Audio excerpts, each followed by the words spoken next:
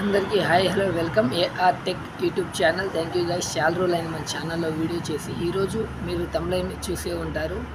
ఇతరుల వాట్సాప్ చాట్ని మన మొబైల్లో చూడటం ఎలా అన్న సింపుల్గా మీకు అర్థమయ్యేటట్టు చెప్తాను.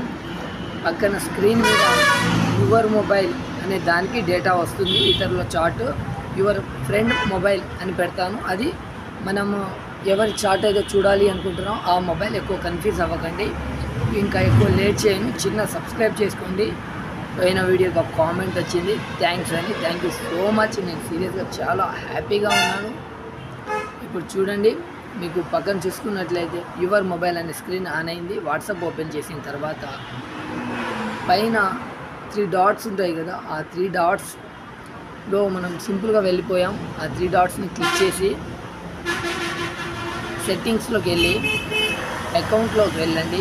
యాడ్ అకౌంట్లోకి వెళ్ళి సింపుల్గా కింద యాడ్ టు కనెక్ట్ అని ఉంది కదా, దాన్ని క్లిక్ చేయండి.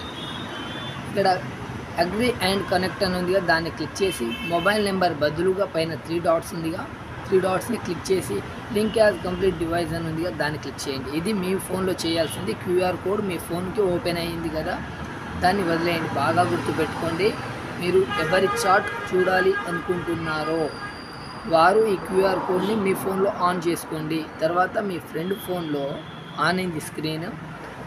వాట్సాప్ ఓపెన్ చేసి సేమ్ 3 డాట్స్ క్లిక్ చేసి లింక్ డివైస్ అని ఉందిగా, దాన్ని క్లిక్ చేయండి. ఇక్కడ లింక్ ఏ డివైస్ మొబైల్ అని ఉందిగా, అక్కడ మీ మొబైల్ పాస్వర్డ్ అడిగింది, పాస్వర్డ్ ఇచ్చేయండి.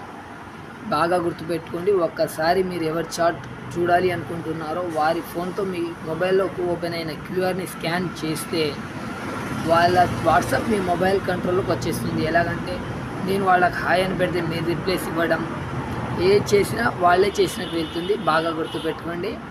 మర్చిపోకుండా ఛానల్ ఒక్కసారి సబ్స్క్రైబ్ చేసుకోండి.